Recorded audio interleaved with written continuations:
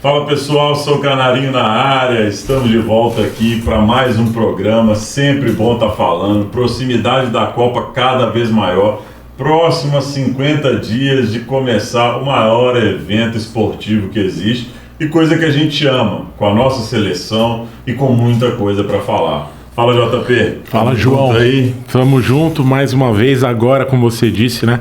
Perto da marca aí dos 50 dias, então, ou seja, a porta da Copa tá escancarada pra gente poder entrar e curtir a Disneylândia de quem gosta de futebol, Nossa senhora, sério, dá até uma coisa maluca, né, cara, pensar na Copa do Mundo, ó, camisa nova de um lado, camisa nova do outro, essa aí é a nova amarela, essa aqui é a nova azul, já trajados, preparados para a Copa, né, JP? Inclusive com esse monte de lesão, eu tô preparado para jogar também. Nós vamos falar disso aqui, inclusive, já no início do episódio. Mas antes, não esquece, segue a gente nas redes sociais, compartilha o nosso conteúdo e conversa com a gente, que eu sou canarinho de torcedor para torcedor. Roda a vinheta.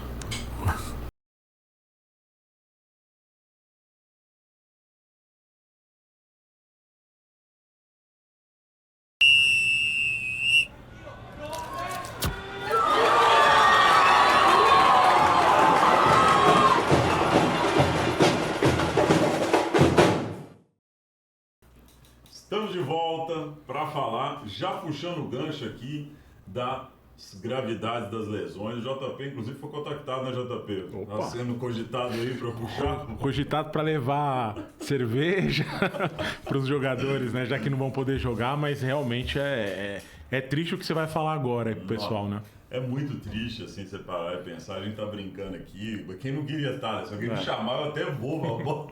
Te dá um jeito, né? Dá um jeito aqui. Mas é um clima muito ruim, né? Porque a gente vai vendo, hoje a gente está gravando aqui, hoje é dia 22 de abril de 2026, nós estamos gravando aqui o nosso episódio 51 e falando num dia em que a gente teve a notícia do Estevão, que assim, praticamente certo, está fora da Copa do Mundo, com uma lesão na coxa direita, uma lesão de grau 4, já foi definida pelo Chelsea.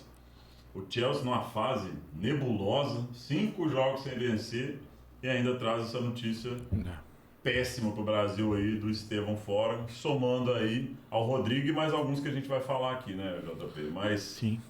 Como é que você recebeu essa notícia aí hoje, que foi foda?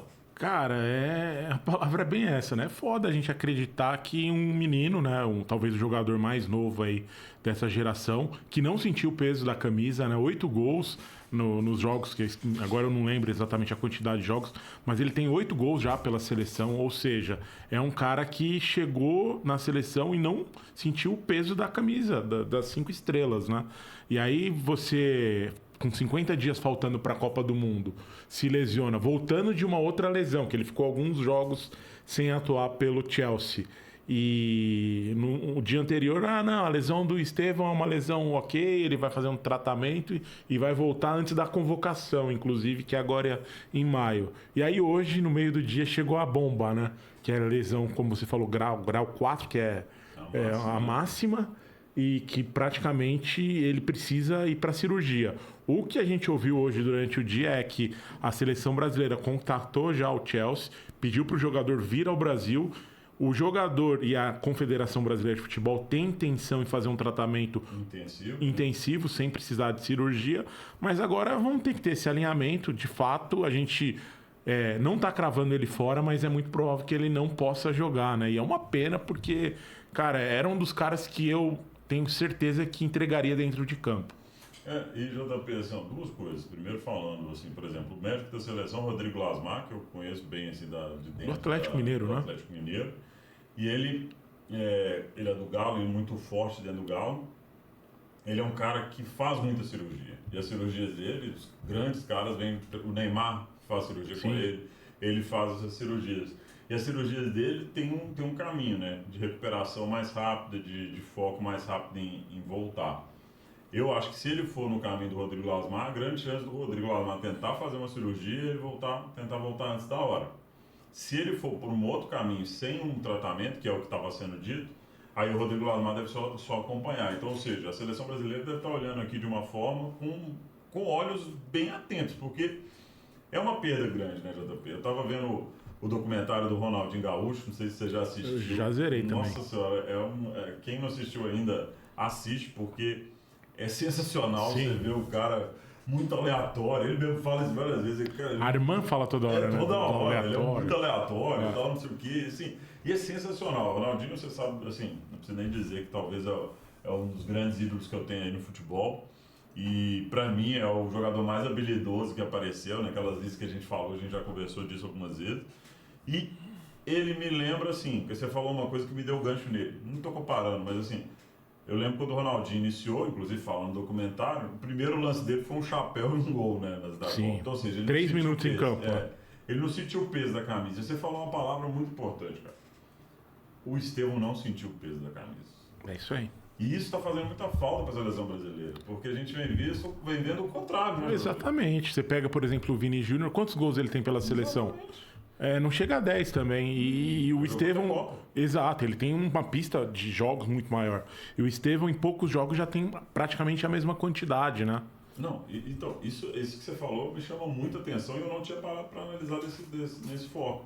Então, ou seja, ganha um peso ainda maior, cara, essa ausência do Estevão. Porque a gente já tinha falado aqui, e eu acho que todo mundo que gosta de futebol sabe disso, que o Estevão é um cara diferente assim, nesse time. Porque o Rafinha já foi para uma Copa, o Vini Júnior já foi numa Copa. Cara, aquela frente ali já foi. O Estevão é um cara diferente. O Endrick talvez também seja um cara diferente. Sim.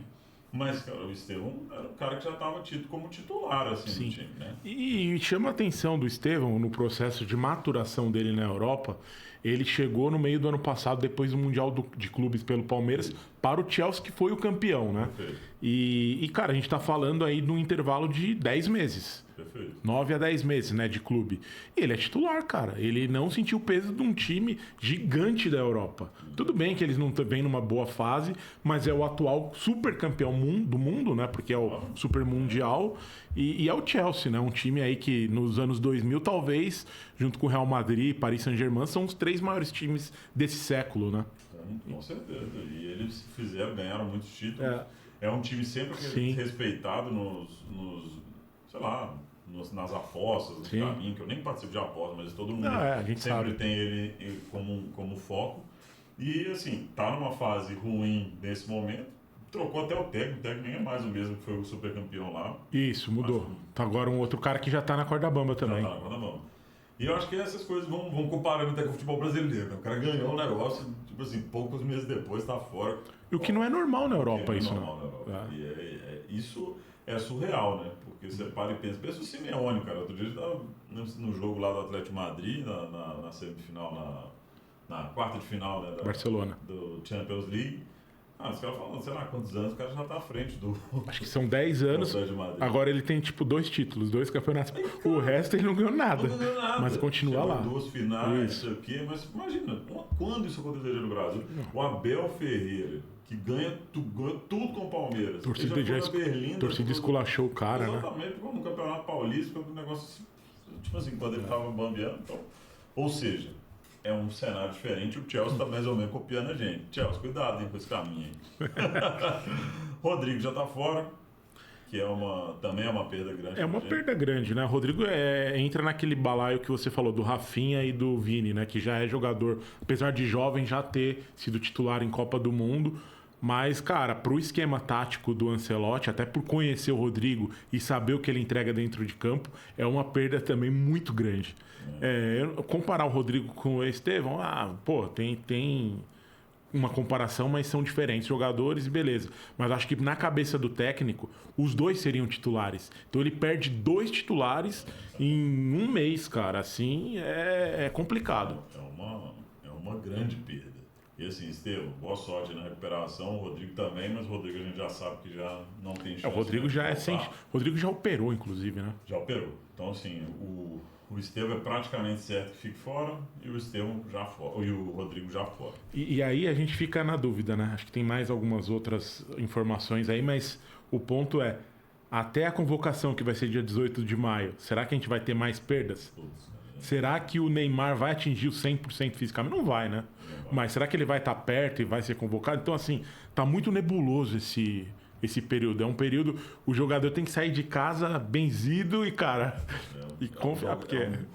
essa quantidade de jogos tão pegados que estão Sim. acontecendo no futebol mundial, muito difícil acontecer. E é um jogo, 2 por semana, né? Um atrás do outro agora até a convocação. A gente tem o Bruno Guimarães que tá voltando. Voltou agora, né? Exato, mas o cara que tá voltando. Tem mais 2 no nosso time ainda, né? 2 da nossa seleção. O Rafinha que tá voltando, mas que tá bem certo também, porque ele voltou meio com medo, assim, né? Deu pra ver. E o Wesley também, que é um jogador que tem constado nas listas aí do Ancelotti, que também teve uma lesão muscular, são lesões musculares, mas são incertas ainda pra Copa também. Já colocaram incerteza nisso. Sim, aí você tem o Militão que voltou de lesão e sentiu esses dias, e é um cara que a gente sabe que historicamente ele tem problemas relacionados, né?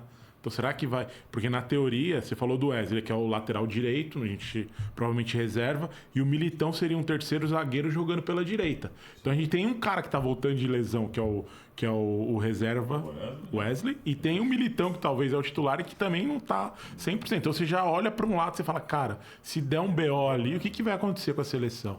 E se você olha para trás, ainda tem o Alisson, que é tido como goleiro titular da seleção brasileira. Ele ainda não voltou no livro. Não voltou. Estava previsto voltar no fim de semana agora e não voltou. Ou seja, mais um jogador da seleção brasileira sem ter, né, JP? Bom, aí da seleção brasileira era esses assim, os nomes que a gente tinha. E colocamos aqui mais um, assim também, que é o Hugo Ekitike, da França. E aí foi uma ruptura do tendão de Aquiles surreal, assim, inclusive. Já era. Um baita jogador, assim. Confesso que eu não tinha acompanhado, mas quando eu vi ele jogar contra o Brasil, cara, pra mim foi o melhor jogador em campo disparado, assim. É um cara que meio, toda hora ele tava... Passada larga, né? Um cara movimentação. Nossa, assim, é uma perda gigante pra França. Bom pro Brasil, bom pra oportunidade aqui. O Gnabry também na Alemanha tá fora. E o Piquerez no Uruguai também tá fora. Ou seja, tem vários nomes aí, né? E tem um nome que você não citou, porque também... Foi agora, há horas atrás, a informação que saiu lesionado do jogo Barcelona e Celta, que é o Yamal. Nossa. Que tem tudo para ser o grande jogador da Copa do Mundo. Isso a gente está falando aqui, obviamente, estamos gravando no dia que aconteceu o problema, a gente não sabe o que vai acontecer. Mas existe um rumor aí que pode ser que ele perca a Copa do Mundo.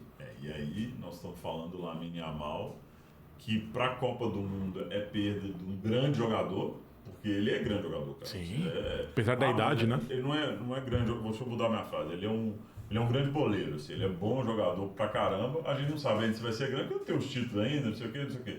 Mas, cara, tudo indica que ele vai ser um dos grandes. Porque ele é muito bom, ele é muito fora da curva. E ele puxa o jogo pra ele, tem muito sim. Então, ou seja, vai ser uma perda gigantesca, cara. Mas, de novo, em termos de adversário do Brasil, perde a França e perde a Espanha. E a gente perdeu também, então meio que beleza, né? Mas pior é no Brasil perder isso tudo e os outros times chegarem ilesos lá, né? Vamos agora fazer aí quem? A Argentina precisa perder um ou outro, Portugal, né? Pra dar uma equilibrada aí. Na América Latina só foi o Piquerez, que além do Brasil, né? Pelo menos na fala América do Sul aqui, pelo menos no levantamento aqui que a gente fez, foi só o Piquerez que apareceu. Ô João, como a gente sabe que lesão acontece e vai acontecer, infelizmente... Vamos torcer para ela ser pulverizada, né? Para espalhar para os pais, para não concentrar, porque a gente já perdeu 2, né? Então a França perdeu 1, a Alemanha outro. E tem os 3, nós perdemos 2, já garantidos, quase, né? O Estevão ainda tem chance, mas aí a gente ainda tem, igual a gente tá falando, Rafinha, o Wesley, que não estão 100%. O Alisson e mais um que a gente tinha comentado. Militão, né? Militão. Esses 4 ainda... que são jogadores que estão na convocação. E muito provavelmente titulares, né? É só o Wesley que não. Talvez só o Wesley que não, mas Rafinha, o Alisson pra mim é o goleiro titular, né? Sim.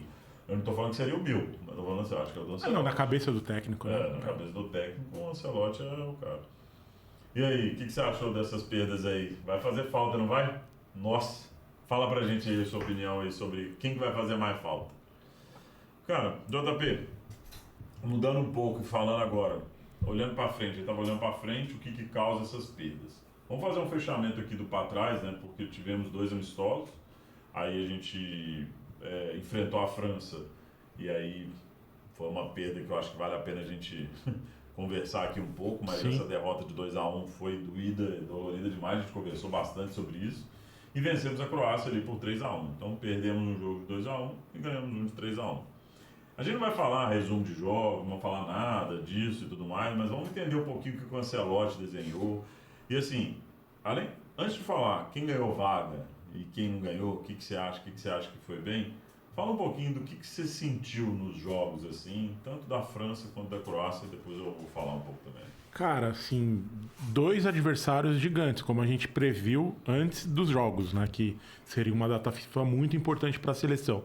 Quando você fala o Brasil ganhou de 3-1 da Croácia, a impressão que foi um 3-1 bonito e que, cara, tudo, só que foi 1-1 até o final do jogo.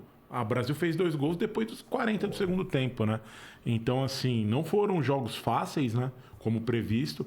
O jogo com a França foi um jogo onde a gente pôde ver muita disposição do Brasil, mas uma inferioridade técnica aparente. A gente conseguiu visualizar o time francês muito melhor que o time brasileiro. O time brasileiro, ele se comporta bem na competição, competitivo. Mas quando você coloca um Mbappé, o Ekitike, né? Você coloca esses caras aí. O outro cara que você falou que a gente tava. É o Ekitike mesmo, né? Que a gente vê esses caras jogando, você fala, cara, parece que eles estão jogando futebol 2.0.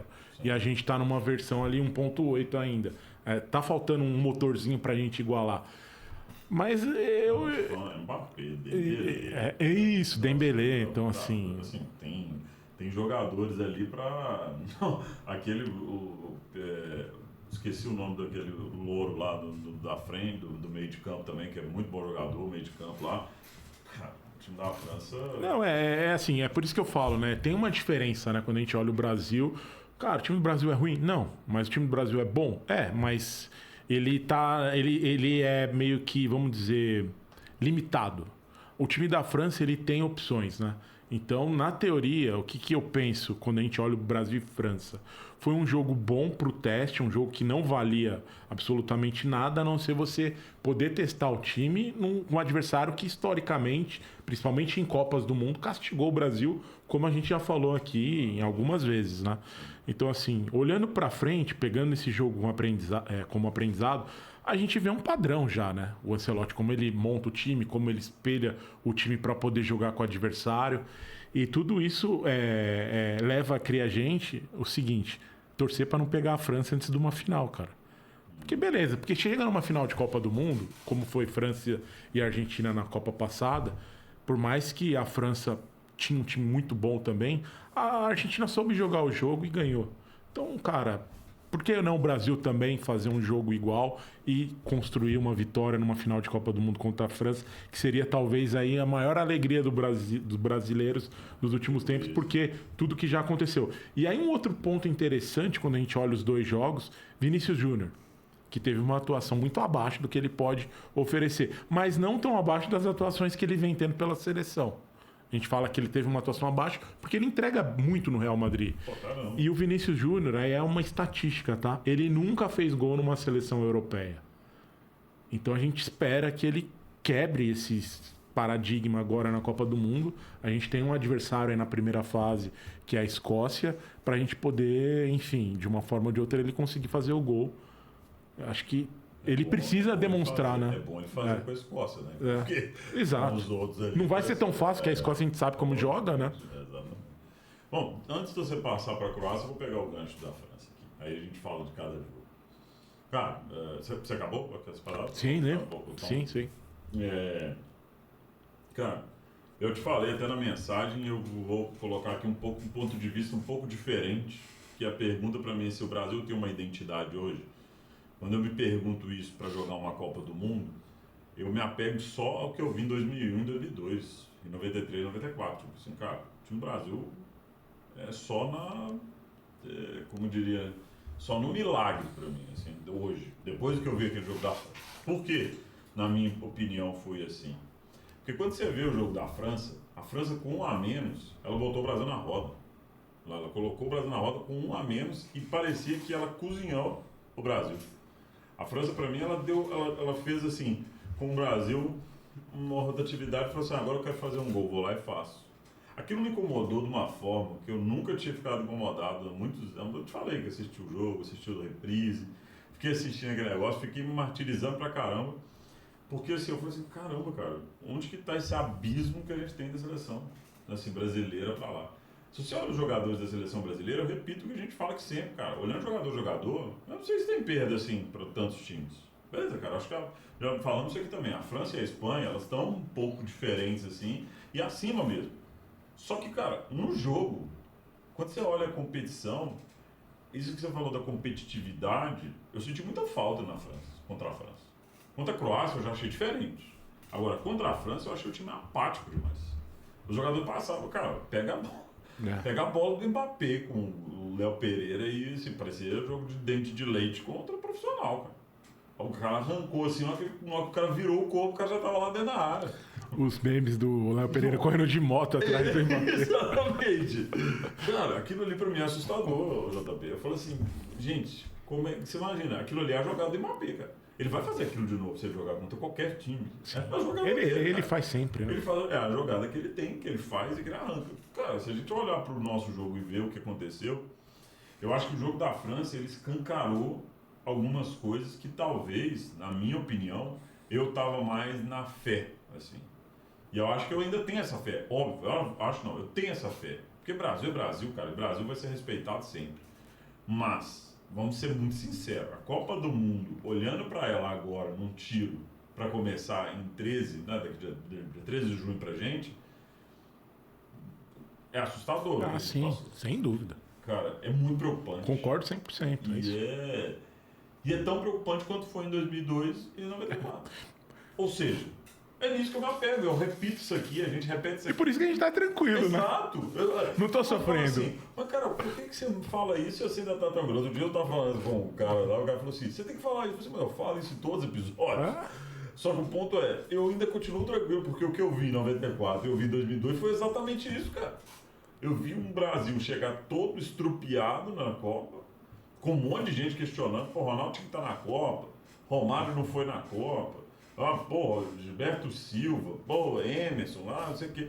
Você lembra disso, cara? Total. Nítido as discussões, né? Sim, e a gente lembra até da Copa seguinte, no 2006, que chegou lá num Olímpico todo mundo, aquele oba, vamos ser campeão, e não foi, cara. Exatamente. Então, por isso que eu falo, a Copa do Mundo é um negócio impossível de você prever. Porque se fosse assim, já podia dar um título aí pra França ou pra Espanha. Nem jogar, né? Nem jogava. Só que a Copa do Mundo não é assim não, cara. Eu ainda acho, por exemplo, Portugal tá muito bem. Assim, é um time que vai dar trabalho pros times. Eu acho que a própria Inglaterra, cara, que nunca ganha nada, mas é um time que tá jogando muita bola, depois começou a jogar muita bola do meio do ano pra cá.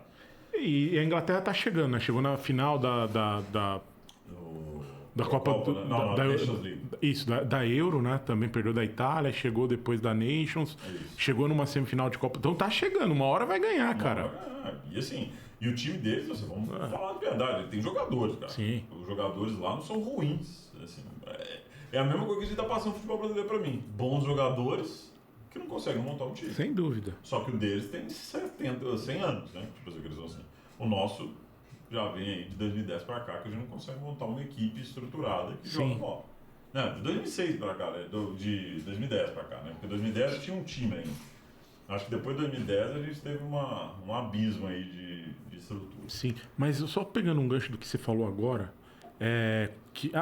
vamos dar o título pra França ou pra Espanha porque elas são favoritas, né? Mas se a gente começa a olhar as Copas recentes, 2002 a Argentina não era favorita, ela era uma das, é igual a gente fala do Brasil. Em 98 a França talvez era a mais favorita, em 98. Perdão, em 2018. Talvez era a mais favorita. Em 2014 a Alemanha não era a favorita também, ela era uma das, ali tinha um bolo de... Era a Espanha que teoricamente jogava o melhor futebol, né? 2010, beleza, a Espanha ganhou sendo favorita, o Brasil não ganhou em 2006.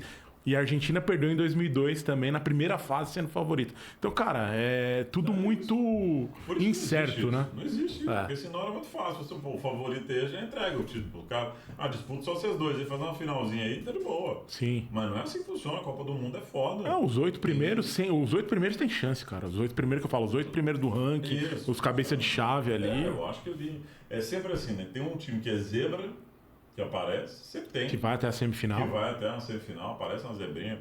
2022 foi o Catar, foi o Marrocos. Em 2018 foi a própria Croácia. Chegou na final. Ou seja, cara, Se você pega, sempre tem. Se você for recuperando aqui nas Copas, sempre tem um ou outro que aparece assim do nada que você não sabe. Só que ganhar, meu amigo. Ah, não. A Copa do Mundo Reduz demais, né? reduz demais, cara. Porque, sério, se você olhar para a final de 2022, a França era muito mais time do que a Argentina. Acho que até para um próprio argentino. Se bem que a Argentina nunca vai falar isso, mas qualquer um que conhece futebol vai falar, cara, o time da França é muito melhor que o da Argentina. Só que a Argentina ganhou. Beleza, o cara teve um lance lá que o de Bull defendeu no último, sei lá, um dos últimos anos. Ixi, ganhou, cara. Mas a Argentina ganhou jogando bola e abriu 2-0. Aí teve 2 minutos que a França conseguiu achar 2 gols e virou o jogo que foi o melhor jogo da história de Copa do Mundo. Mas, cara, ficou ali. A Argentina ganhou com méritos e, meu. Cara. E assim, é isso que eu tô falando. Mas se fosse olhar assim, pô, a França é favorita, entrega o título pra ela. Cara, não é assim que funciona a Copa do Mundo e a gente tem vários exemplos que dizem isso e que dizem. 82 que o diga, 2006. 82 eu acho que é talvez um dos mais emblemáticos, né? Que é mais lá pra trás, assim, a gente não. Mas mas é incrível a história, né? É incrível. E é por isso que a gente se apega, então por isso que a gente, mesmo assim, a gente ainda tá acreditando. E não discutam com a gente, porra. Pelo amor de Deus. A gente tem essa visão e é isso aí, porra. cara. Não briga com a gente, não. A gente acredita nisso e é nisso que a gente se apega, cara. Mas estamos preocupados. O pessoal vai lá no YouTube e começa a achar que a gente tá em Narnia. Os caras estão falando e tal. Porra, cara, é só opinião. É só opinião. E a gente é torcedor, como a gente mesmo fala, né, João? Aí a gente deixa o jornalista falar do jeito que ele quiser. Aqui a gente vai defender o nosso, né? O nosso caso aqui, a gente tá falando do nosso sentimento. De novo, cara. Pra mim, a seleção me deu muito medo. Esse é o ponto, assim, muito medo, assim, é surreal o abismo que a gente tá. Mas eu também tinha esse medo em 2002 e em 1994. Quando eu olhava para 2006, eu não tinha medo nenhum, para te falar a verdade. Para mim, a gente ia ser campeão, assim, disparado. 2010 também a gente achei que a gente ia ser mega competitivo. Fomos até ali, mais ou menos. Mas, enfim. Ou seja, é nisso que a gente acredita. Tamo mal, mas as Copas que a gente ganhou mostram que a gente pode levar. E quanto à Croácia, o que você achou aí desse... Quanto à França, acho que a gente fecha aqui, né? Sim, não, perfeito. Acho Até que perduramos mais, mas é porque... Não, é sempre bom falar e relembrar, né? Cara, a Croácia continua aquele time do Modric, né? Um time chato pra jogar, um time com um jogo difícil, um jogo daquela escola iugoslava, né? Que, assim, mistura qualidade, força física. Então, assim, o Brasil, ele fez um bom jogo com a Croácia, construiu um 3-1, mas que não é o placar honesto do jogo, é um placar que talvez engana um pouco, porque não foi tão fácil para abrir 2 gols de margem, mas acho que vale pelo retrospecto anterior, né, que é aquela derrota nos pênaltis de 2022, acho que estava... mas é um amistoso. Claro, a gente não está comparando um jogo com o outro, mas a gente está vislumbrando que o Brasil ele não vinha com vitórias convincentes com times europeus. A gente teve aí aquela rodada sensacional do Endrick, né, que a gente ganhou da própria Inglaterra, empatou com a Espanha, mas agora a gente ganhou da Croácia. Então, assim, vamos assentar. Eu acho que o que você falou a respeito de tudo que aconteceu no passado, né, especialmente na conquista do Tetra e do Penta, pode ser que aconteça agora no Hexa, né? Toda essa desconfiança, esse futebol que a gente... que é dúbio, né? A gente fica na dúvida se é um bom futebol, se não é. Os resultados acontecem, não acontecem. Empatou com a Tunísia lá no final do ano, depois... então, assim, tem um monte de história. Perdeu do Japão, né? Então, assim, tem um monte de histórias que a gente vai acontecendo ao longo do ciclo, que você chega para enfrentar a Croácia... num campo em Orlando e tudo mais, com a torcida quase 100% brasileira, você fala, pô, cara, é isso que a gente precisa do calor brasileiro pra gente poder fazer a diferença. E deu certo, né? Porque a gente tava com o estádio cheio de brasileiro e conseguimos conquistar a vitória. Agora começa, de fato, a Copa do Mundo, né? Porque vão ser 8 jogos. Sim. E o time vai precisar, qualquer time que quiser ganhar a Copa, vai ter que estar totalmente sintonizado nesses 40 dias de campeonato para poder a taça acontecer, né? Espero que venha pro Brasil. É o que a gente espera pra caramba, cara. Acho que essa aí eu não tenho nada a acrescentar, porque pra mim, quando eu olho pra Croácia e vejo o jogo, é um jogo que carregava um peso muito grande do que aconteceu com a França, né? Também, né? Que é isso. Exatamente. E conseguiu jogar, aí ele conseguiu competir. E aí, mas assim, de fato, o resultado não transparece que foi o jogo. 3-1 nem de longe, assim. O jogo era um empate ali e tal, não sei o quê. Mas ganhamos, cara. E a gente pode ser campeão assim. Sim. Tomara que seja assim. Jogamos mal todos os jogos, ganhamos todos os jogos, vamos campeões. Acabou, tá tudo bem pra mim. Nós vamos relembrar essa seleção aí eternamente, cara. Sim. E vamos guardar ela com carinho. É isso aqui, é igual quando você falou agora, lembrou da Copa de 82, e a gente tá falando do Brasil, né? Mas quando você lembra de quem ganhou a Copa, que foi a Itália, ela fez uma Copa horrorosa, empatou os 3 jogos da primeira fase, depois jogou lá com o Brasil, ganhou, e aí pavimentou, né? Aí, acho que aí virou a chave. É isso. Se o Brasil for campeão e quem for lembrado pelo melhor futebol seja outro país, paciência, cara. Assim como o Brasil é relembrado em 82 como o melhor de futebol. O que adiantou? Não fomos campeões. Não esquece. Eu prefiro, sinceramente, o título da Copa. Eu prefiro o Hexa, assim. Eu acho que. Ainda mais depois de tanto tempo sem ganhar, né? Maluco, 24 anos, coincidentemente, né? Eu tinha notado aqui uma pergunta pra gente, JP, que era assim: quem garantiu vaga após o amistoso? Mas eu acho que a pergunta tem que ser um pouco diferente. Quem que você acha que perdeu? Porque é basicamente a estrutura da equipe, pelo menos na nossa impressão, né? Não, quer dizer, pelo que a gente conversa, é a nossa impressão. Tá meio que a espinha já tá montada ali. Mas quem que você acha que. Tem alguém que você acha que ali falou, cara, esse aqui.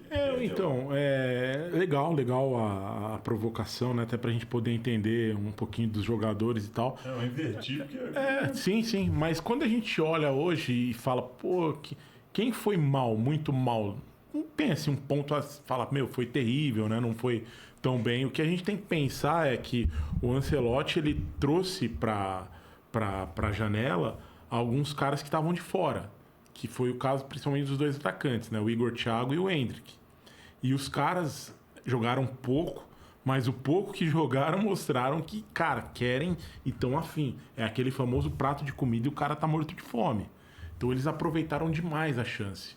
E para eles entrarem, outros caras precisam sair. E talvez dos atacantes que estão lá, cara, a gente não sabe exatamente, a gente tá projetando uma lista com 9 atacantes. E agora a gente perdendo o Estevão e o Rodrigo, é capaz desses 2 caras estarem dentro. Porque se tivesse o Estevão e o Rodrigo, esses 2 caras a gente não conseguiria cravar. Por outro lado, a gente já deve até falar dele, não sei se está na pauta, o Neymar, ele briga por uma vaga, querendo ou não. E ele vai até o talo, até o dia 18 de maio, com essa possibilidade. Então, assim, quem perdeu vaga, João? Acho que ninguém perdeu vaga nesses amistosos. O próprio Léo Pereira, que na minha opinião falhou, você até colocou a velocidade e tal, a imprensa, não sei se por clubismo ou não, enalteceu o cara, né? Falou que ele conquistou vaga e tal. Pô, bem diferente do que eu como torcedor, achei do jogo. Não vou descartar o cara, falar que não dá e tal, porque pensando em caras que não foram e que talvez estariam nessa convocação, Fabrício Bruno do Cruzeiro, que vinha sendo convocado, não foi, tá fora. Não vai. Então, assim, é difícil. Eu não consigo te dizer um cara que possa ficar fora, mas eu diria são pontos. Dois, né? Assim. Eu diria o Léo Pereira e o Bento, pra mim, cara. Esses 2 jogadores, eu sei que eles não vão estar fora, porque o Bento já é o cara que ele escolheu. O Bento, ele jogou contra a Croácia. O primeiro jogo foi o Ederson, né? Foi. E aí ele jogou mal, né? Ele teve o lance lá, do gol, né? Do gol e tal, não sei o quê. E assim, todas as vezes que o Bento entrou, eu não acho que ele sentou. E de novo, cara, que ele vai e faça uma Copa incrível. Não tô zero. Pra mim, a partir do momento que a convocação sair, é o time que eu acho que tem que ir. Vambora, vai ser o time que nós vamos comprar. Foi convocado o cara que não é do meu time. Beleza, né, mano? Paciência, é cara. Copa do Mundo, é seleção. Esse cara não era o cara que eu levaria, mas, cara, ele tá lá e vai fazer o melhor e nós vamos ganhar com ele. Então, assim, pra mim é assim que eu penso. Eu sou muito da linha do disagree and commit. Não concordo, mas estou comprado e vambora. Tipo assim, vambora. Agora, o Bento e o Léo Pereira, pra mim, cara, ali você não convocaria?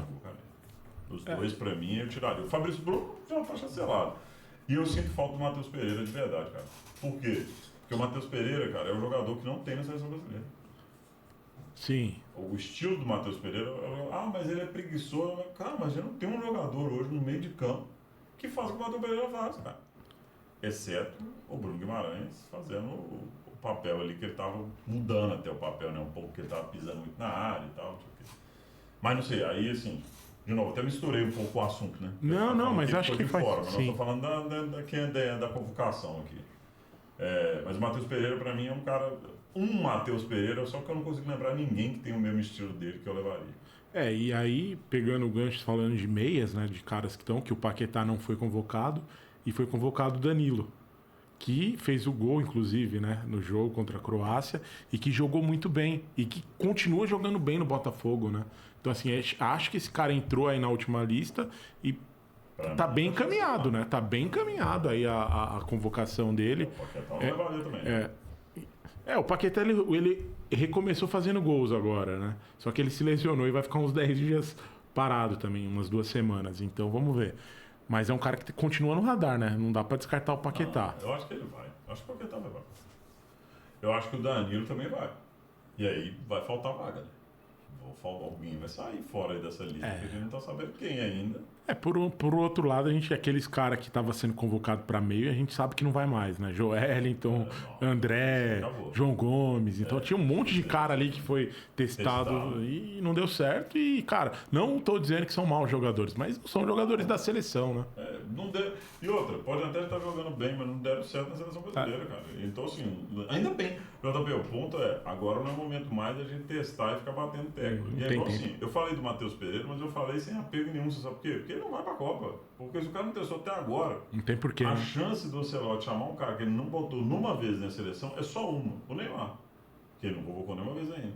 É o único cara pra mim que ele vai chamar que nunca chamou, cara.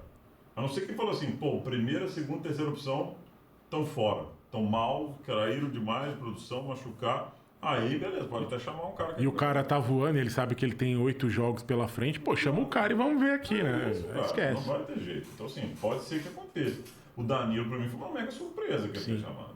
Assim, mas ainda bem que chamou, porque o cara voou, né? Pra mim foi o melhor parado. Foi contra a Croácia. Contra a Croácia. Ele jogou muita bola. E, cara, João, a gente tá debatendo aqui, discutindo já há alguns minutos, falando de jogadores que podem não estar na lista, outros que podem estar, outros que não estão sendo chamados. E um dado, né? O Ancelotti, 1 ano de seleção, né? Porque ele entrou no meio do ano passado, né? Em junho do ano passado, aquela rodada lá com o Paraguai. E, cara, até agora, as datas FIFA que tiveram, né? Que foram 3 ano passado e 2 esse ano. Uma esse ano, ele convocou 56 jogadores. É o número do Ancelotti. Então a gente tá falando de 56. Qual outra seleção no mundo que tem isso e que tem outros caras, igual você falou, porque ele não convocou Matheus Pereira, ele não convocou mais outros caras que talvez possam também fazer parte da seleção. Então a gente está falando de uma seleção que tem no mínimo 60 nomes viáveis para uma Copa do Mundo. Vão ser os 26 melhores jogadores? Não sei. Provavelmente não, porque a gente está falando de jogadores que estão fora por lesão já, que a gente já citou os nomes aqui. Mas a gente tem jogadores que estão aptos a jogar na seleção uma Copa do Mundo. Cara, se você falou aí do Piquerez, lateral do Uruguai. Cara, quantos jogadores você acha que o Uruguai tem na condição de levar para o lugar do Piquerez? O Uruguai, pra mim, é um case à parte. Tinha um país lá que, sei lá, 3 milhões de habitantes, uma seleção competitiva toda ano. Cara. Nunca vi uma coisa mesmo. Isso, então. Mas você, querendo ou não, você não tem tanta opção igual a gente tá falando do Brasil, né? Aí você pega, a Espanha perdeu o Yamal. Beleza, tem bastante jogadores a Espanha. Mas, cara, pra ela garimpar um meio campo ali e tal, é difícil, um meio atacante, né? Não, para fazer complexo. Fazer o que ela faz. É que eu tô dando um exemplo também. Não, assim, ele é insubstituível. Eu tô falando o seguinte, mas um cara que faça a função dele, eu acho que nem tem. Não tem no mundo inteiro, né? Não tem, o cara joga na linha do campo e consegue fazer jogadas absurdas ali, né? Então, sim. É um cara diferenciado. Assim, vai fazer muita falta pra Copa se ele não for, cara. E assim, JP, eu acho que é isso, assim. Jogadores a gente tem, a gente não conseguiu formar, e eu de novo só vou repetir assim, Matheus Pereira, eu não estou falando do jogador, né? Eu sei que ele não vai, estou falando assim, mas um meia eu acho que a gente tinha que ter na seleção brasileira. E o termômetro da seleção hoje, assim, eu estava vendo hoje eu não vi o podcast inteiro, mas estava vendo um tema que estava rolando no André, lá do TNT Esportes, falando, e o clima de Copa? O clima da Copa diminuiu das outras Copas? O que você acha aí, passando um pouco, saindo um pouco do campo, agora da seleção, que a gente já fechou o bloco aqui falando um pouco disso, mas vou falar um pouco do termômetro da seleção hoje, assim, né? olhando para esses amistosos, olhando para tudo que a gente está vendo e olhando para a Copa do Mundo que já está batendo na porta, o que você acha? Como é que você acha que está o termômetro disso, assim? Tá, você tá falando em geral, na expectativa geral, das pessoas, né? Cara, assim, hoje eu tava vendo aqui, agora tava jantando, tava passando um programa lá que tava falando das ruas aqui de São Paulo, né? Que estão sendo já enfeitadas para a Copa, né? Então, tradições aí, as pessoas falam, desde a Copa de 82 a gente pinta a nossa rua, tal. Então, foi passando de pai para filho. Então, assim, as pessoas já estão começando a se mobilizar. Eu fui no Shopping Morumbi aí no feriado agora na terça-feira. Cara, eu vi um monte, essa camisa aí, essa aqui eu acho que vi duas. Mas a azul viu muitas, cara. Então, as pessoas estão já se vestindo, usando as camisas, enfim. Querendo ou não, cara, quando chega perto da Copa, o termômetro ele sobe. E esse ano tá engraçado porque é aquilo, né? A gente sabe que a seleção, tudo que a gente falou aqui hoje, que o Brasil não tá bem, a gente sabe que não tá bem, mas a gente tá confiante. E é isso, a esperança do brasileiro, ela é muito enraizada, acho que no possível, né? Então o Brasil pode ganhar mesmo não estando tão bem. Então, assim, o termômetro hoje, cara, eu acho que numa escala de 0 a 10 ele tá aquecendo. A gente deve estar já nos quase 8 ali. Pra chegar ali depois na Copa ali uns 9,5. Porque aí todo mundo vai querer ver Copa, vai falar de Copa. Por mais cético que o cara seja, que ele não acredite em alguma coisa que possa acontecer, na Copa do Mundo o brasileiro veste a camisa e torce pela seleção. Obviamente que hoje em dia, né, principalmente da Copa de 14 para cá, com as redes sociais e tal, a gente vê o movimento pró-Brasil e vê o movimento dos haters, né, contra também. Então, assim, a gente tem que ter discernimento, sabedoria para lidar, porque, eu não vou convocar, não vão convocar ninguém do meu time, igual a gente estava falando aqui de convocação. Cara, paciência, seleção brasileira acima de tudo. Mas é muito caro o álbum de figurinhas. Cara, de fato, o que era antes popular lá nos anos 90, hoje em dia, infelizmente, né, a gente está num movimento que está segmentando demais, né? Mas, cara, eu acredito que acho que nas próximas gravações a gente pode até... Qual que é o termômetro? Vai estar maior, porque, cara, com certeza as coisas vão estar acontecendo, né? Eu já vou vendo que o termômetro ele vem aumentando, já existe a expectativa. Isso é muito legal, né, cara? Porque eu acho que a seleção brasileira é um negócio que faz muita emoção, e Copa do Mundo é Copa do Mundo. E você vê o termômetro até pelo tema principal dos bastidores, né? Que a gente está falando de bastidor. E aí o tema principal do bastidor é Neymar. Cara, ele fez um post aí falando, não tá difícil e tal. Aí o Galvão Bueno saiu falando besteira, misturou lá uma coisa na outra. Galvão, sou seu fã, mas acho que você falou lé concré aí na boa. Tipo, você misturou vários assuntos no meio de um negócio que não faria o maior sentido. E, de novo, pela primeira vez eu vejo assim, uma sensação de lacração desnecessária nesse momento. E aí, quando você para e pensa pro Neymar falar isso, pro Neymar falar aquilo, 53% das pessoas falam que ele ainda quer na Copa. Ou seja, já é meio que... Meio a meio, né? Meio a meio. Eu esperava mais, tá? Eu achava que mais gente esperava ele na Copa. Então isso já é uma coisa que as pessoas não estão percebendo que, cara, o Neymar passou. Na minha opinião, não tem como saber, ele não saiu no álbum de figurinha lá do álbum da Copa, acho que foi da Espanha, né? Mas ele não vai sair aqui também, né? Acho que também aqui não vai ter, né? Ainda não saiu, né? Não, aqui ainda não. Qual que é não. Os jogadores, né, do álbum. É dia 30, né? O lançamento. Agora no final de abril, né? Deve ser dia 30. O dia certinho eu não sei. Expectativa, tem que ir para as bancas rápido, porque isso vai voar, viu, gente? Assim, isso vai voar. Mas, assim, quando você olha para isso, você vê, cara, o Neymar não é a solução técnica pro time, mas ele é o cara que resolve quando precisa. Mas, cara, 53% eu acho que não. Então, já é um tema que quando você vê isso já aflorando nas discussões, você já vê que o termômetro está alto. Porque é legal, isso demonstra o que você está falando, as pessoas já estão interessadas. E aí, Neymar vai ou não vai? Né? Todo mundo pergunta isso assim, na hora que está falando de seleção brasileira, sabe que eu gosto de seleção, que você gosta, tem certeza que você também ouve essa pergunta. Sim. Então, assim, não dá para saber se o Neymar vai resolver o problema ou não vai resolver, nem se ele vai para a Copa. Eu até acho hoje, mesmo, assim, a chance do Neymar ir para a Copa é quase nula na minha cabeça. E acho que ele nem quer também, no fim das contas. Ele quer, mas não quer. É difícil explicar isso. Porque eu já falei e repito, até com a perna quebrada eu levaria o Neymar. Por exemplo, eu levaria o Neymar. Pra mim, ele faria parte do meu time. Mas, então, isso também tá dentro do bastidor, né, cara? Neymar, ouvi falar e tudo mais, né? Sim, cara, e assim, obviamente que a gente que acompanha muito seleção e sabe, enfim, futebol brasileiro também, sabe que a situação hoje do Neymar, ela é infinitamente inferior a qualquer época que ele é para o jogador profissional, né? Desde 2008. Então, assim, em 2010 ele entregaria mais, 14 ele entregou, 18 ele estava mal, então teve todos aqueles problemas, e 22 ele, querendo ou não, fez a diferença contra a Croácia, infelizmente o time não segurou o resultado. Neymar nessa Copa aqui, não tem nem como comparar com o que ele já fez, né, cara? Vai ser um outro nível de entrega. Mas por outro lado, eu penso, aí é pensamento mesmo. Se o Ancelotti cravou e bancou que vai levar o Danilo, cara, me desculpa, então o Neymar tem que ir. Porque o Danilo, cara, o que o Danilo é reserva do Flamengo? É um cara que já demonstrou, a gente já conversou Você tá aqui. falando do Danilo agora, né? Isso, perfeito. Danilo do Flamengo. Que a gente falou lá atrás do Danilo Botafogo. Quando Cara, você começou a falar, achei que você estava falando do Danilo Flamengo, eu até assustei. Agora que você falou do outro, eu falei, pô, eu concordo. Agora também concordo muito com o que você fala aí. E aí você leva um cara que já discutiu com o torcedor em Copa América, que já falou algumas coisas aí. Cara, o Danilo, grande jogador, jogou muito, mas ele. Qual a diferença dele pro Neymar agora? Ambos estão bem fisicamente? 100%? Não sei. Acho que não. Obviamente não. Ambos entregam tecnicamente o que já entregaram no passado? Não. Qual que é a representatividade do Danilo com a camisa da seleção? Qual que é a representatividade do Neymar?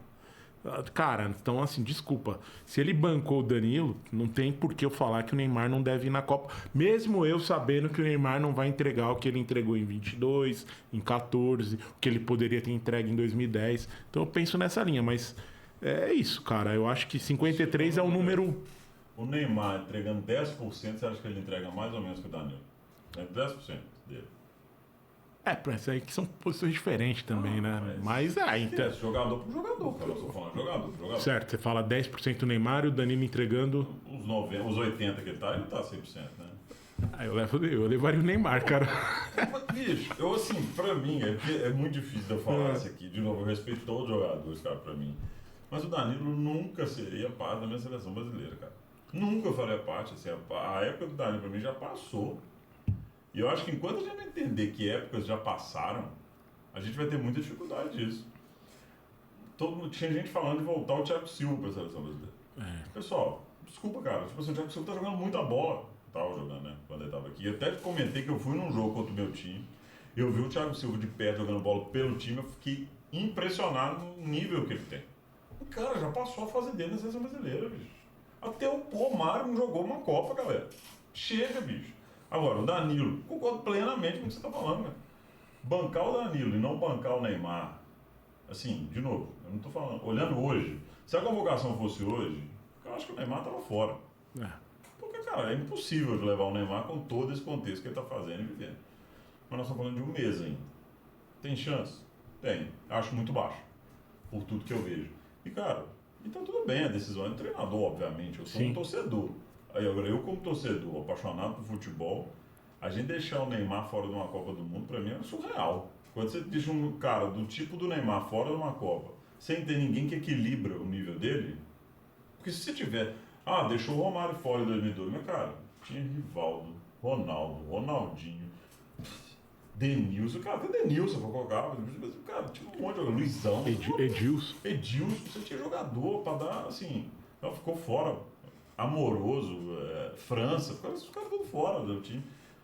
Que hoje seriam titulares fácil da seleção. Fácil. Outro dia eu vi uma comparação. O time que não foi convocado para a Copa de 2002 versus esse.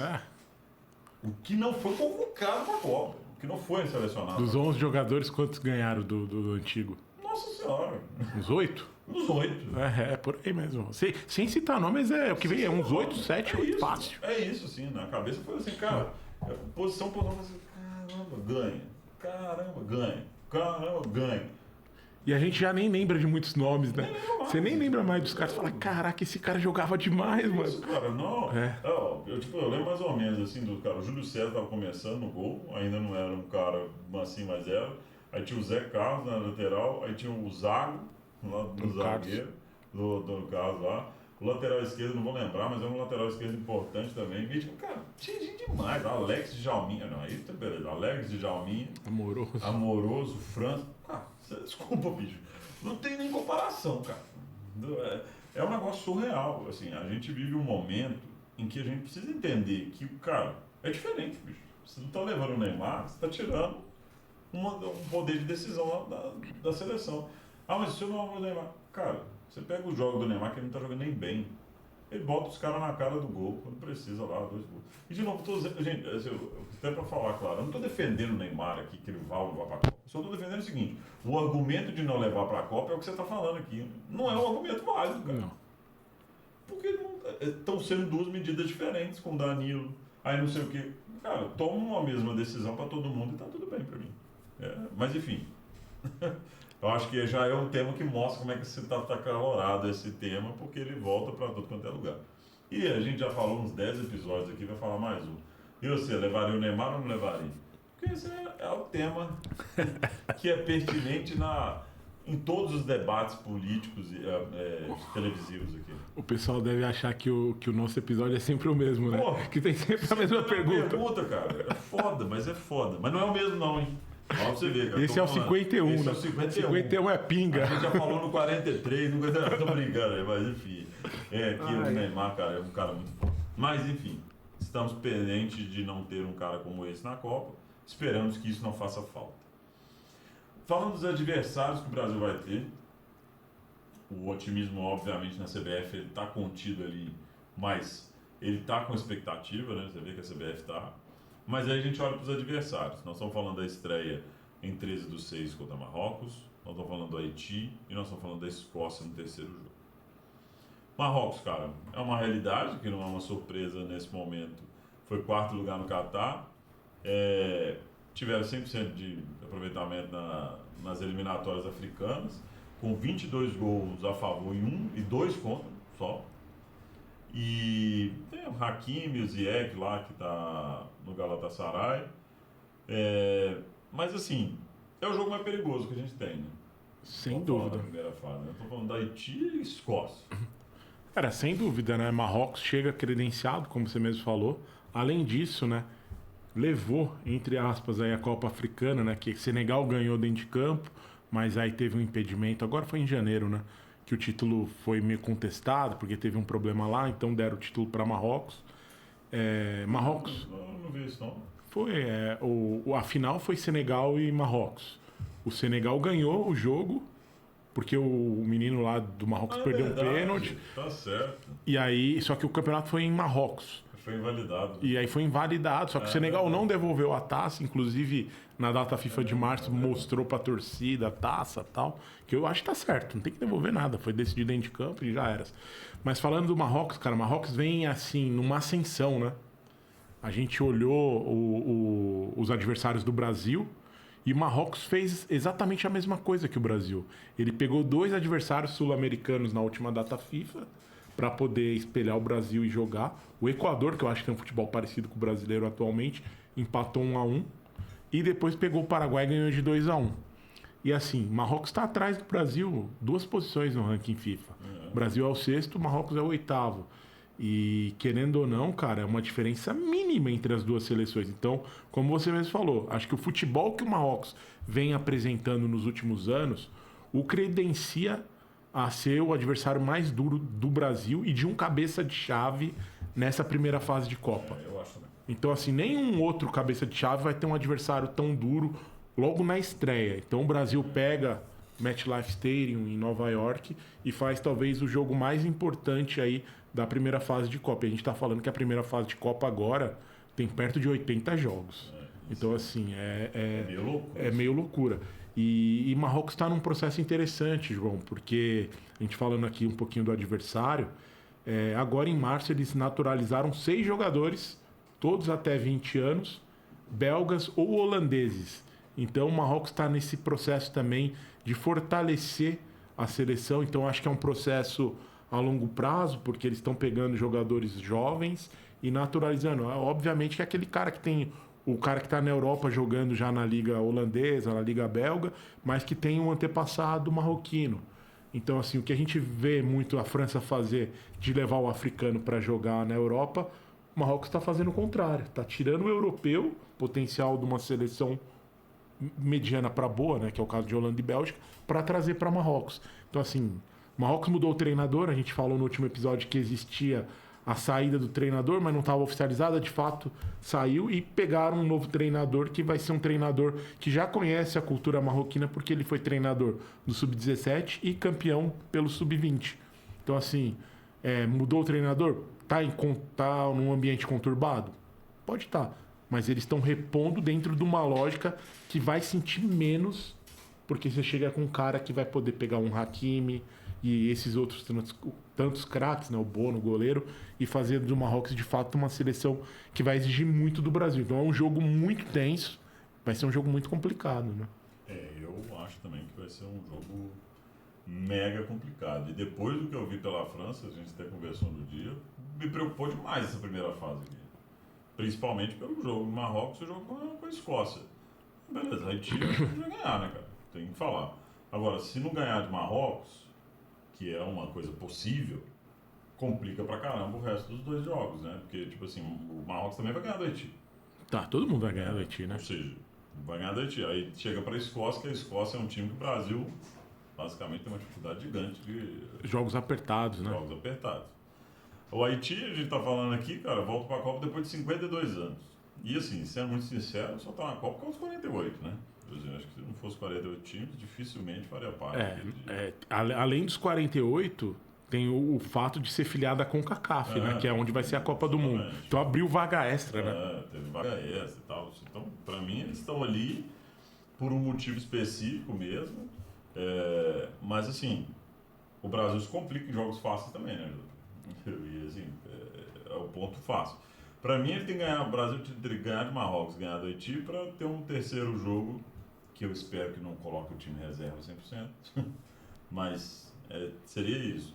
E aí, assim, a Escócia volta à Copa também depois de 28 anos, né? Sim.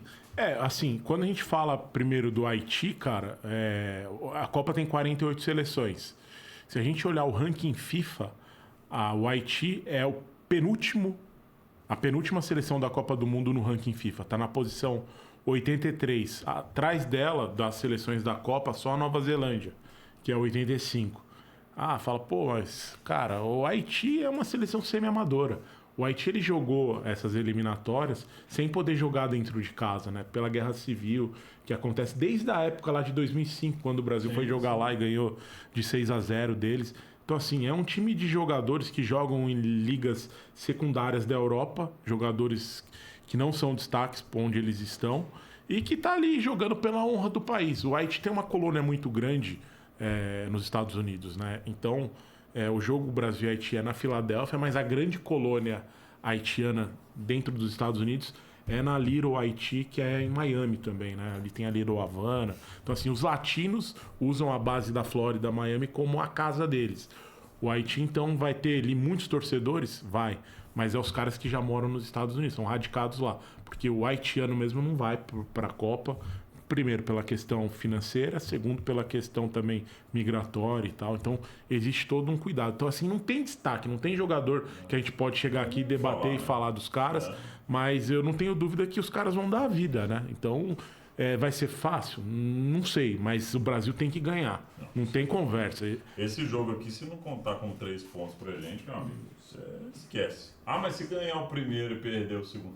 Não interessa, bicho. Tem que fazer aqui. Isso é 3 pontos, cara. Isso aqui, para uma matemática aqui, o Ancelotti, com certeza, tá contando com esses 3 pontos aqui. Sim. Tem que contar mesmo, tá, gente? Com todo o respeito aí, mas é um respeito limitado. Limitado. Então, cara, se eu olhar pro Haiti e achar que eu não posso ganhar do Haiti, você vai ser campeão de Copa do Mundo, não, cara. Na boa. Não vai ser. E, João, quando você fala de perder um jogo ou empatar um jogo com o Marrocos na estreia, e beleza, depois você tem os outros 2 jogos. O Haiti e Escócia. Cara, o Haiti é um time que ele vai ser contraponto de todo mundo para saldo de gols. Se você empatou com o Marrocos, quem fizer mais gol no Haiti fica em primeiro. E o que significa ser primeiro? Você tem todo um planejamento, seja do time e seja da torcida, porque o torcedor que vai seguir a seleção, ele se planeja para o Brasil ser o primeiro lugar. Então ele vai sair dos 3 jogos ali e vai jogar 32 avos em Houston, depois vai jogar as oitavas em Nova York, Miami, Atlanta e Nova York. Se ele não faz o caminho de ser o primeiro, muda tudo. O Brasil vai para o México. Cara, que até então ninguém tá esperando que o Brasil vá pro México. Aí vai jogar no México, depois Houston, Boston, Dallas. Então você muda tudo, cara. Então é muito importante, é muito responsabilidade da seleção conseguir se garantir à frente de Marrocos. Seja ali no primeiro jogo ou depois no saldo de gols, né, contra o Haiti. Para poder pegar uma Escócia, como você falou aí, que acho que é o último adversário, pra gente falar um pouquinho. É um time mais tradicional, apesar de estar 28 anos também sem Copa, mas que o Brasil já enfrentou 4 vezes, né? E não foram jogos fáceis, né? A gente teve o último jogo em 98, que foi 2-1, né? Aquele, um jogo difícil. Um jogo, a abertura, né? Até então o campeão do mundo abria a Copa do Mundo posterior, né? Sim. Então o Brasil abriu Stade de France contra a Escócia. Foi o último, né? Que fez isso, né? Foi, aí a partir de... 2002 já não foi. Não, em 2002 foi o último, que foi a França perdeu de Senegal. Tá certo. Mas o Brasil conseguiu ganhar da Escócia. Então se a gente volta nos anos, o Brasil jogou em 82 também, e aí em 82 o Brasil conseguiu ganhar, aplicou uma goleada, porque era a seleção melhor que a gente teve nos últimos anos, e empatou em 74. E quase perdeu, só não perdeu porque teve uma bola na trave, né? No último lance da Escócia. Então, assim, cara, não vai ser fácil. É um time que a gente já conhece pela história da Escócia, é um time bem fechado defensivamente. E aí o McTominay, que joga né, que joga no Napoli ali, é o cara do meio que faz toda a articulação, circula a bola. Então, eu assisti o jogo, eu nem lembro mais o amistoso que eu assisti, mas... Escócia, né? Japão. Jogo chato pra caramba, assim. Sim, O time da Escócia é chato. Bola na área. Mas é um jogo água mole e pedra dura, tanto bate até que fura. Tanto que deu muito trabalho, assim. E eles têm um Robertson lá também do Liverpool, né? Liverpool. Que é um cara... são os dois caras, né? Então assim... Mas é um time que preocupa, assim, porque olhando pro Brasil hoje... Olhando para o Brasil em comparação ao que ele tem e os europeus, esse jogo aqui vai dar trabalho para o Brasil. Eu não acho que esse jogo vai ser um jogo fácil. Sim. Tá? Não acho que, mas eu acho que sim, temos, claro que a gente é favorito desse grupo assim pra caramba, né? Sendo muito sincero, por mais que a gente olhe o Marrocos aqui, a gente é favorito. Só que quando você olha os jogos que o Brasil está fazendo, aí é que dá um pouco de ansiedade aí para fazer, para viver. Demais, né? Então assim, vamos esperar o que vai ser, mas fala aí pra gente aí o que você está esperando dentro desses jogos ali. E assim, o Brasil, qual a projeção para o Brasil chegar na estreia, JP, assim, até pra gente ir caminhando aqui para encerrar e para pensar aqui nos processos. A gente mais ou menos imagina uma escalação provável se não tiver as condições, tem a espinha dorsal. A expectativa realista é passar em primeiro no grupo, né? Tipo assim que a gente tem. Mas aí agora pra gente, assim, se começasse hoje a Copa, pra gente caminhar e pra endereçar para os nossos telespectadores. O Brasil é favorito? Não é favorito? O Brasil tá bem ou não tá mal? A gente já falou. Mas, cara, qual é a nossa expectativa real, assim, olhando pra tudo? Pensando nas posições, o que pode dar. Então fala um pouquinho assim, cara, olhando pro gol eu penso isso, olhando pra zaga eu penso isso, olhando pro meio, olhando pro ataque, aí a gente faz um bem bolado aqui no final. Sim. Cara, inicialmente acho que o time do Brasil ele vai ser o Alisson, o goleiro.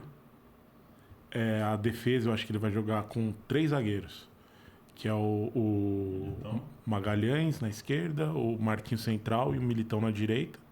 E aí a gente vai pro meio, que joga o Bruno Guimarães com o Casemiro. E aí, daí pra frente que fica mais incógnita. Então, eu acho que até esses 2 que eu falei pra você, que a gente tá falando de 6 jogadores, os 5 jogadores mais agudos ali da frente, com certeza Vini Júnior é um deles. E o Rafinha também. Rafinha é outro. O Estevão seria o terceiro elemento, mas ele não vai estar, então... Muitos não gostam, mas eu acho que o Matheus Cunha vai ser titular da seleção. Eu não gosto. Sim, não gosto de fazer titular. Eu acho que tinha que estar no elenco. Eu acho que tinha que estar no elenco, exato. E, cara, e aí falando desses três, né? Que é Rafinha, Vinícius Júnior e o Cunha, os outros dois que faltam, cara, literalmente assim, tem N possibilidades.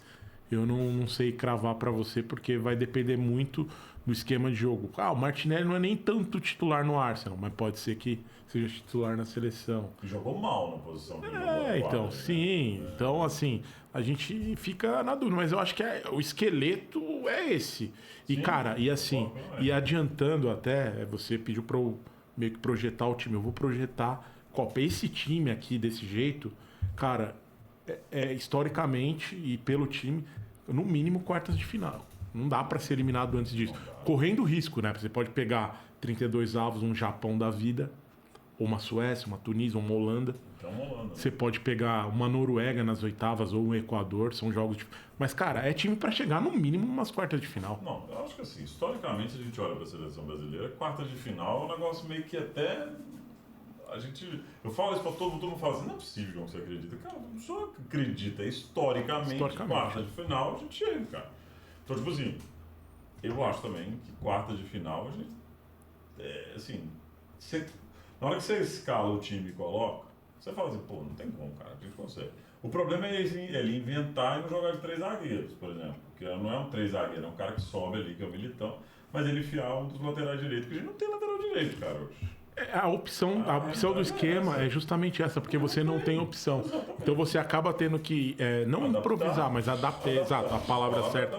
Fazer uma adaptação justamente para você explorar o potencial de um cara que é bom na defesa e ele fazer ali, pelo menos, o corredor até o meio do campo, né? E aí joga com o cara mais caído para a direita. E, cara, quando a gente falando aqui de quarta de final, a última vez que a gente não chegou numas quartas foi em 90. Exato. Então, assim, é muito difícil de não acreditar que Exato. vai chegar. E aí você fala, aí essas duas posições que você está falando no meio eu acho que tem um lateral esquerdo que ele deve usar. É o Douglas Santos, né? Ele gosta do lateral esquerdo, então assim, ele sempre... Só que ele joga mais encaixado na frente, exatamente, né? Ele gosta. Então assim, eu acho que vai puxar um lateral esquerdo aqui, e eu acho que deve ser o Douglas Santos. E aí sobra um, né? E aí sobra um, que aí o Paquetá, ele corre muito forte, a gente sabe disso, porque ele gosta. O Danilo jogou bem e o Neymar, né, cara? Ou um cabeça de área também, né? Ou um cabeça de área. Mas eu acho que não, porque com os dois volantes ali, eu acho que já encaixaram bem. Se ele fizer 3, os dois aqui já resolvem.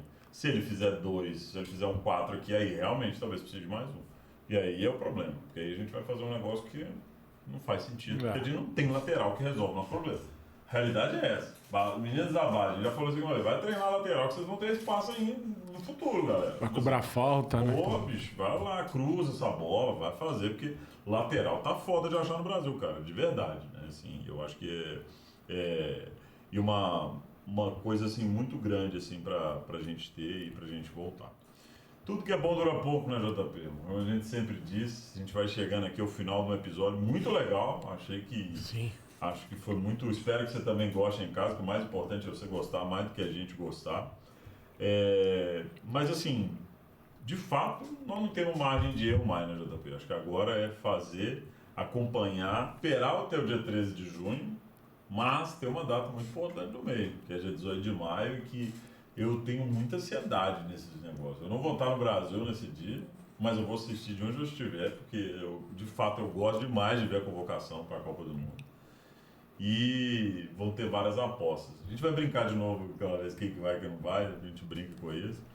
Mas, assim, vamos pra cima porque o Brasil tem muita coisa pela frente. É isso aí. E despede da galera aí. Bora. É isso aí, João. Cara, é sensacional, né? A gente falando aqui, a tensão já, a ansiedade, né? Acho que é a palavra até mais correta, da Copa do Mundo, de tudo que tá acontecendo. Como a gente, tá... mais de um ano, todo dia, entre os grupos ali, falando de Copa do Mundo, né? E tá chegando. Então, esse episódio, ele é especial porque a gente, de fato, fechou aí os últimos amistosos e cara, agora a gente vai entrar direcionando já, provavelmente antes da convocação a gente tem um outro episódio para depois poder falar um pouquinho da convocação, né? Lá no final de maio. E vai ser legal, cara, porque tô muito animado e agradecer aí, porque... todo mundo, e aí, que tá isso que você falou no episódio, né? O pessoal procura a gente pra falar de seleção. Então, como vai ser daqui pra frente, vai ser um período de bastante conversa aí com o pessoal. E eu acho que é isso. O pessoal procura a gente, é muito legal, porque, pô, discorda, concorda, fala assim, cara, o que é isso que vocês estão falando? Como é que é? Tem que falar disso, tem que falar daquilo. E no fim das contas, o que a gente mais quer é que a seleção brasileira flua, ganhe, seja ex, e que a gente possa falar da seleção por muito mais tempo. O Sou Canarinho é de torcedor para torcedor e não tem como não dizer que a gente está na expectativa desse Hexa com todo prazer, né? Tá aqui, ela não vai deixar a gente mentir que ela acompanha a gente desde o primeiro episódio. Ela sempre está aqui conosco, essa e essa. Ó. Essa aqui o JP traz da coleção dele, está sempre com a gente. Não esquece, por favor, de ativar o sininho aí. A gente deve vir com um episódio aí no final de maio, se Deus quiser, muito, muito especial. Mas a gente conta com vocês na audiência. Assiste a gente lá. Vamos juntos e até a próxima. Valeu.